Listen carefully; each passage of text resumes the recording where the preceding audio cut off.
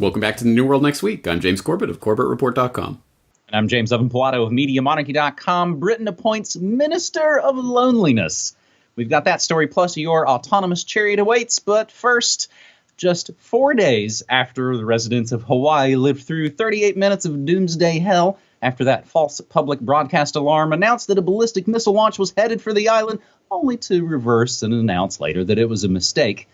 4 days later, Japan's national broadcaster NHK's app issued a false J alert to phones over a North Korean missile launch at 6:55 p.m. Tuesday evening local time. The message, received by phone users with the NHK app installed on their iDevices or smartphones of choice, read, quote, NHK News Alert, North Korea likely to have launched a missile. The government J alert, evacuate inside the building or underground.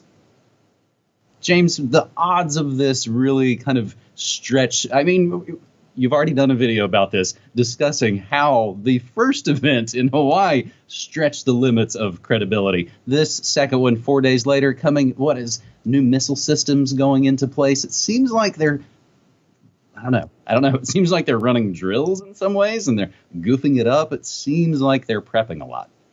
It does. In fact, I have a different possibility that, in fact, I think is probably further confirmed by some recent events that seem unrelated at first glance. But before that, I got a lot of emails and messages from people expressing concern for myself and my family over here in Japan, and what was it like?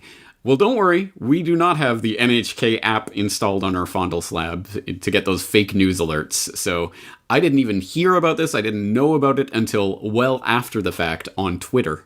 In fact, on English Twitter, not even on Japanese Twitter, as people were saying, what's going on? So absolutely no panic or alarm over here, at least not in our household, and not at all that I saw in any sort of day-to-day life here. I don't think anyone took that alert seriously, or at least not nearly as seriously as the Hawaiian one, which of course was issued by the actual emergency alert system, not some, fake news alert broadcast. So having said that, as I say, I think obviously, I mean, as incredulous as I was over the first fake alarm, the second one clearly indicates something. I mean, once may be accident, two is a pattern. 3 times is an attack, as they say, right? So obviously something's going on here. And as I say, I think this relates to a story that, interestingly enough, is just coming back to the forefront now after some time out of the news. But you'll remember last year with those incidents with the U.S. Navy destroyers, the USS Fitzgerald and the USS John S. McCain. Is that right? Where these U.S. Navy destroyers, both of them, just happened to have collisions in the middle of nowhere in the Pacific. Out at, what on earth was that about? And immediately there were stories about cyber attack, hack, what happened, GPS spoofing, and then immediately it was like, no, it was just negligence on both counts. The commanders of U.S. Navy destroyers just happened to guide their destroyers into, passing ships. I mean, wow, what a strange thing. And now, in fact, the U.S. Navy just released their collision reports, so we'll link to that, and also the update story as the officers in charge of the ships are now facing negligent homicide charges over those incidents. So it's coming back to the forefront of the news. And I don't know. I think, again, that's another extremely, even one of those cases, extremely unlikely that it's just, negligence. So, oops, we steered this destroyer into a ship. But 2 of them taking place immediately does make one think, what is going on here? Is there hacking? Is there GPS spoofing? Is there some sort of cyber attack going on that they're obviously not going to let the public know about? In the same way, these fake missile alerts, is there cyber attacks going on? Have these been hacked, these systems? Would they alert the public that, our alert system was hacked and, they issued an alarm? Of course they wouldn't. If they did even, then the real question would be, okay, well, who's hacking? Is it the Chinese? Is it the North Koreans? Is it the Russians? Or is it the deep state? Trying to start something, trying to kick something off. Again, these are all possibilities that are swirling around right now. And I think this second fake new alarm only further raises that possibility. Again, we'll have to see how this plays out, but it's something that occurs to me. The only radio I listen to here in Portland, there's actually a non-commercial jazz radio station. Unfortunately, a couple of times a day, they do carry the National Petroleum Radio. And I heard yesterday they were hyping and pushing the new collision reports in the damage just yesterday. Just all hype there, right? I think they maybe even led their news broadcast with it. A couple other notes related to all of this. You can actually turn off all those alerts in the settings if you have an device, all the Amber alerts and all that kind of stuff. They just make you kind of drill down deep into the settings. I think some really interesting kind of synchromistic bits kind of swirling around the events in Hawaii and in Japan this week. Even actually kind of right now at this very moment is basically the 125th anniversary of the U.S. coup that originally overthrew the Hawaiian monarchy back in 1893. Now, James, you went over in your video about the test, the drill in Hawaii.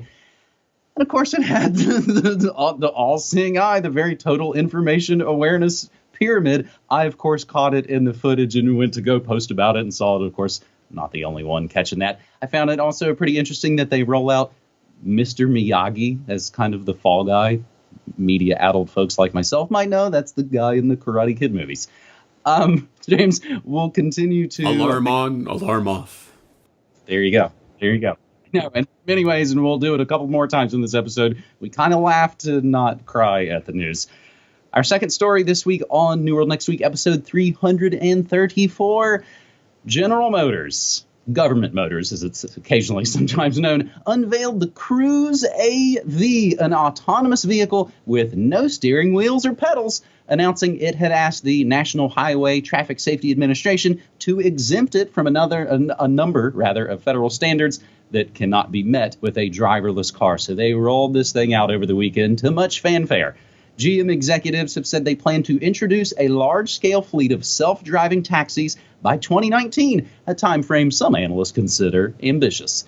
GM released images of the Cruise AV and video of the interior with a strikingly spacious windshield devoid of that pesky steering wheel. General Motors president Dan Mann told the AFP, quote, "It's quite a striking image when people see it for the first time. I think people will want to engage with the technology and understand it and experience it. But I think what's really most powerful about what the technology can offer is an increase in safety on the road. And once people understand that and see it and experience, we think the adoption will be there. Some people are more than ready, and other people will be watching and seeing how it evolves."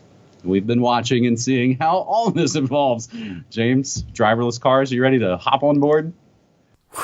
Certainly not. And I don't think I have anything more to say about the subject other than what I've already said. So I'll direct people back to my my video from last summer about welcome to the driverless future. But yes, the long story short, of course, I think we all know where this is heading. And this is heading to a wonderful world where you never have to think about driving again and all of this great, wonderful convenience and blah, blah, blah. And oh, by the way, once in a while, 0.0001% of the time, yeah, maybe a whistleblower will get into a mysterious crash somehow. The AI just malfunctioned. Oh, wow, shucks, too bad for you.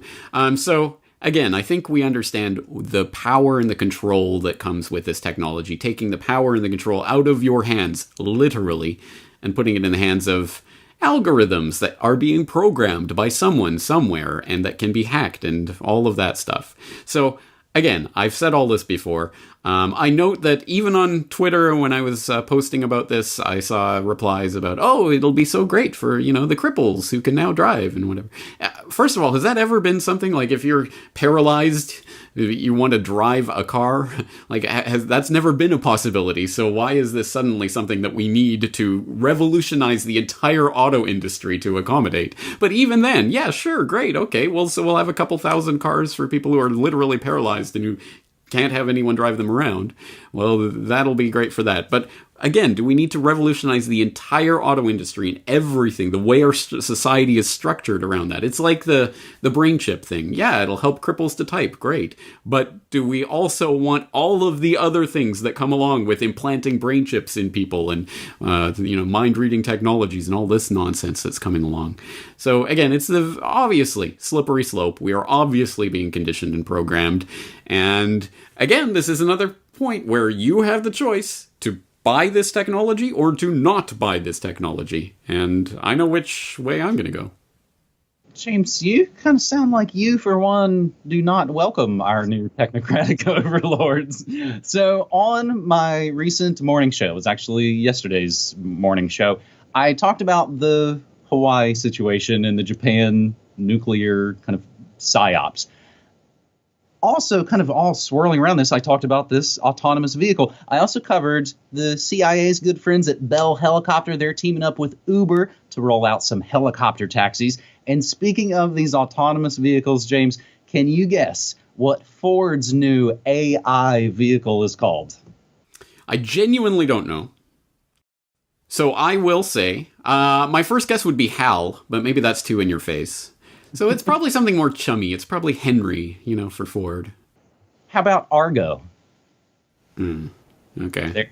Ford's new AI vehicle, they call it Argo. So the intelligence connections never seem too far behind. And on that same jam-packed morning show with the nuclear psyops and the intelligence cars, I also covered the Chelsea Manning Senate run, Moby's CIA friends, and Seinfeld's Zionist pals. So, after we've cruised all over town in our autonomous Argo mobiles, our fondle slabs loosely held in our weakened grips because all the ports have been removed on our eye vending machines, and come back to your subdivision sector, just a little bit ahead of curfew. But then what? Sure, you get some smart grid credits for turning off the lights a little bit early, but you're lonely.